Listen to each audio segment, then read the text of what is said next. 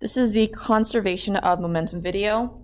Momentum is conserved during collision between two objects. It's not always true that energy is conserved though. If there are no external forces acting on the objects, then the total momentum of the object or system of objects remain constant.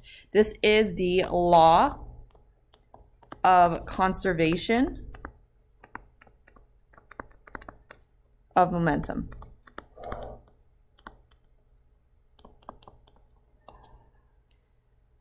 So we think about this conservation of momentum, there is a before and an after. So momentum before is going to be calculated as initial momentum, which is the first mass times the first velocity, the initial velocity of that object, plus the second mass multiplied by its initial velocity.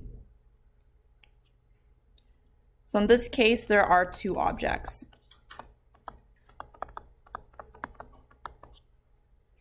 And if we think about after, it's very similar, but this is momentum final, which is mass 1 multiplied by the velocity of the first object, but its final velocity, and I indicate that with a little prime in that corner here, is the prime sign, plus second mass multiplied by its velocity final. So I'm just going to say that we use prime symbols to indicate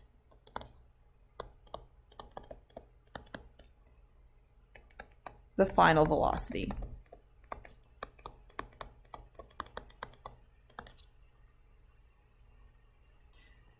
So another way we can also think about it is the change in our momentum, which would be P final minus P initial.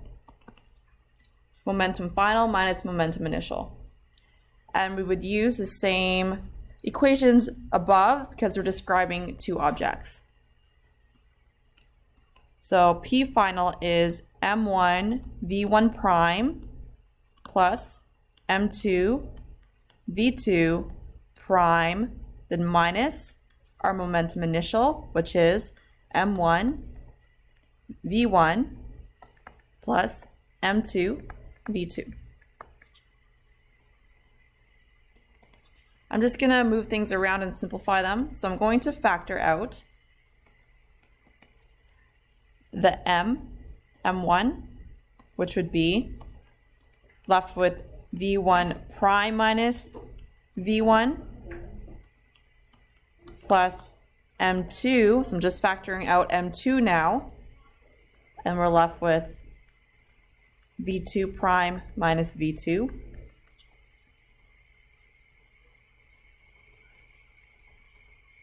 Looking at V prime 1 minus V1, this is the change in our velocity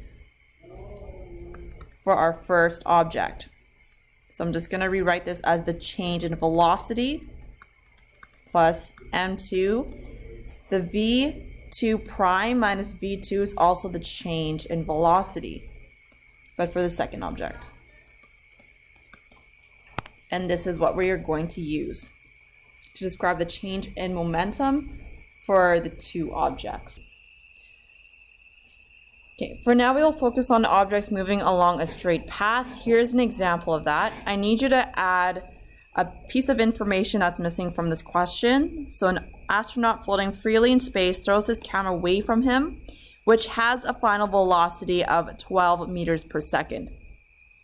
If the camera has a mass of 0.8 kilograms and he in a spacesuit have a mass of 100 kilograms, at what velocity does he move after he released the camera? So what we're looking for is the velocity of him in his spacesuit. The first thing we're going to do is look at our momentum initially. That is M1 V1 plus M2 V2, just from the formula we introduced above. Our first mass is 0.8. we start off with a velocity of 0 from rest. Our second mass is him in his spacesuit, which is 100 kilograms, and also again, our starting velocity is going to be 0. Which means that our initial momentum is going to be 0 kilograms times meters per second squared. The next thing we're going to look at is momentum final, which is m1 v1 prime plus m2 v2 prime. Our first mass is 0.8, and this camera is moving with a final velocity of 12 meters per second, so that is going to be v1 prime. Our second mass is 100 kilograms, and we're looking for the velocity he's moving at after he released the camera. I'm going to leave this as v2 prime. That's something we need to solve for. Because we know that the momentum is conserved, that means your initial momentum is the same as your final momentum. We can replace our initial momentum with 0 and our final momentum with the equation we just have above. So 0.8 times 12 is 9.6 kilograms times meters per second plus 100 kilograms times v2 prime. We're going to rearrange and solve for v2 prime. So v2 prime is then negative 9.6 divided by 100, which is negative 0.096 meters per second. This negative indicates that we are moving away from the camera, or that he is moving away from the camera.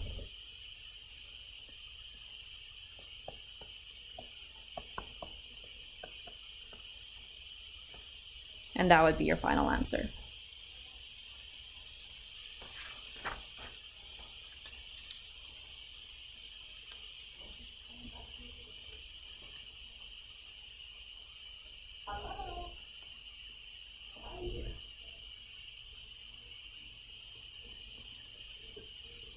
Here's another example. Calculate the recoil velocity of a rifle if it has a mass of 5 kilograms and the bullet, just after being fired, has a mass of 50 grams and a velocity of 300 meters per second. So using the fact that momentum is conserved, that means that Pi is equal to Pf. We're just going to have to look at all the information we have about mass 1 and then mass 2. So mass 1 can be our rifle, which is 5 kilograms. Our initial velocity is going to be 0. That's before our rifle has even fired.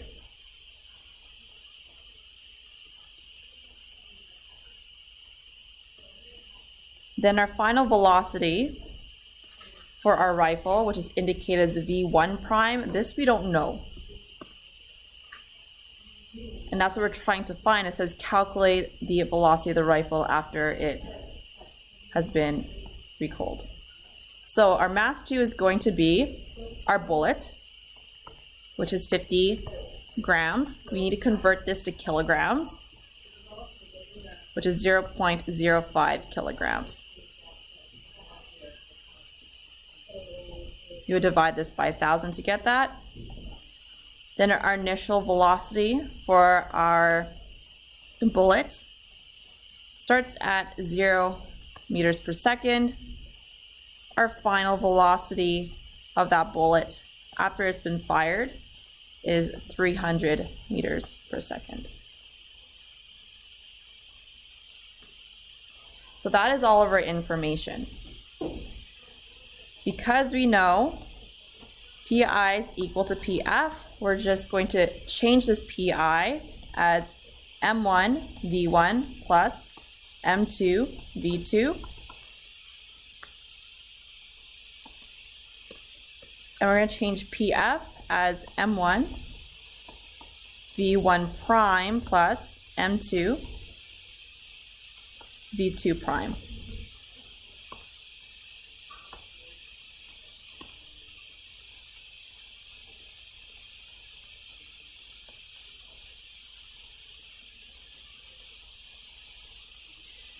And then we'll replace our variables with the information that we do know. So M1 is 5. V1 is 0.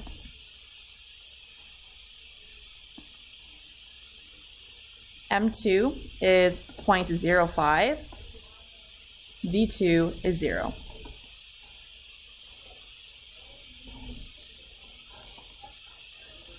M1 is 5. V1 prime, we don't know, so I'm going to leave that as a variable. M2 is 0.05. And V2 prime is 300. We're going to rearrange and solve for V1 prime. That's 0 plus 0, which is 5 V1 prime plus 15 kilograms times meters per second. We're going to rearrange and solve for V1 prime. So V1 prime is going to be 15 divided by -5, which is -3 meters per second. This negative indicates that the rifle moves in the opposite direction at 3 meters per second.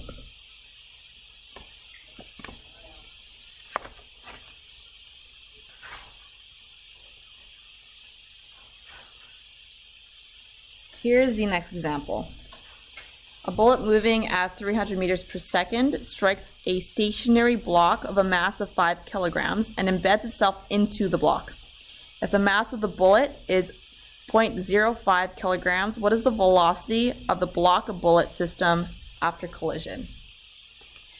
We're going to organize their information as before the collision and after the collision. So before the collision, our only mass that we need to consider is the bullet, which is 0.05 kilograms.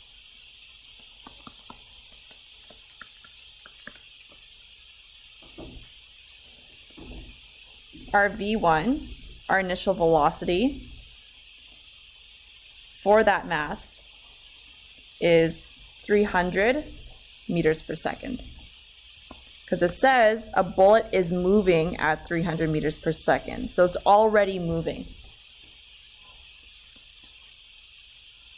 Now we'll look at M2, which is the whole system of your stationary block. So your stationary block is 5 kilograms, and that's coming from the block. Again, this is before that bullet hit the block. Your block is not moving at this time.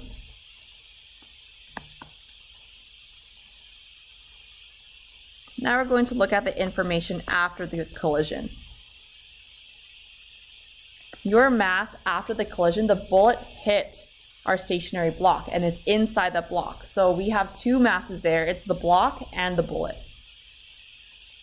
So it'll be 5 plus 0.05, which is 5.05 kilograms.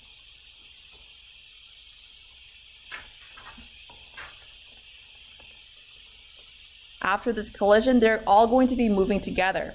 So V1 prime is going to be the same as V2 prime. We can just call this V prime.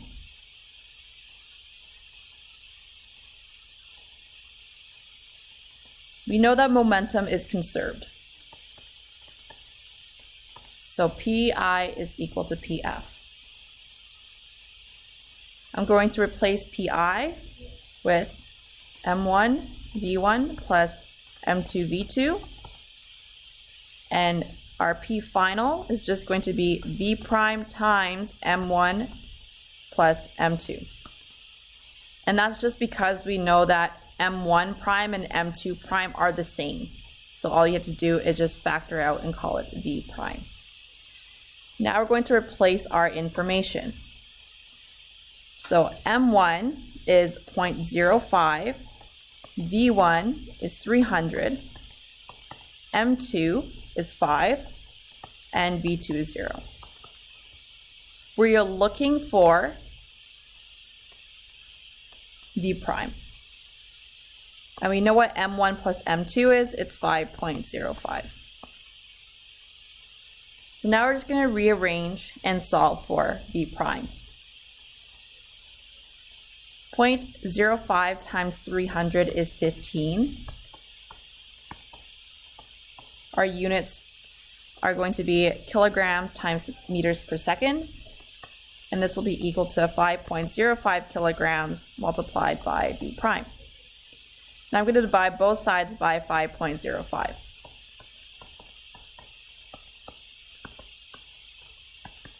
This is 2.97 meters per second, and that is your final answer.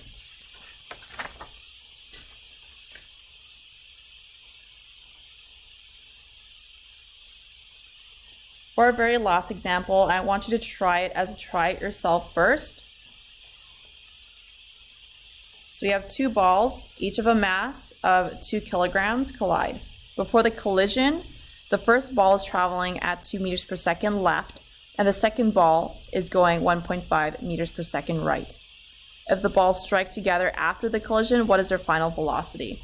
So I want you to start this off by separating the before collision information and the after collision information.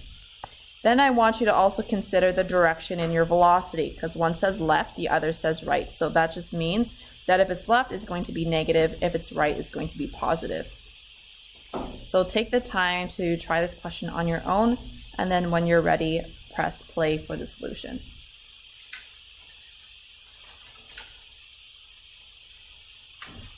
So here's the solution to this question. For your before, our mass 1 can be the first one, which is 2 kilograms. And this ball is traveling 2 meters per second to the left. So V1 is going to be negative 2 meters per second. The negative is coming from the direction of our object, which is to the left. Now we can look at our second mass. And it also has a mass of 2 kilograms. Both of them are 2 kilograms. But this velocity is 1.5 meters per second to the right, so it'll be positive 1.5 meters per second.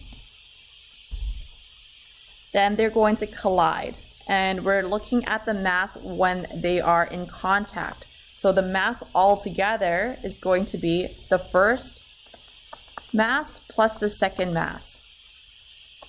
And this is 4 kilograms. And they're also hitting each other at the same time, which means that your velocity, your final velocity is going to be the same. So V1 prime is also V2 prime, which is also just called V prime. Just like before, we know the momentum is conserved, so Pi is equal to Pf. I'm going to replace Pi with M1 V1 plus M2 V2 and Pf as our total mass of M1 plus M2 multiplied by V prime. So take a note that this is M1 plus M2 coming from our after collision. Now I will replace our variables with the information that we do know. So M1 is 2, V1 is negative 2, M2 is 2, and V2 is 1.5. The mass of both those objects together is 4, and we're looking for V prime. We're going to solve and rearrange for V prime. So v prime is then going to be -1 divided by 4, which is -0.25 meters per second. And because it's negative, it's going in the left direction.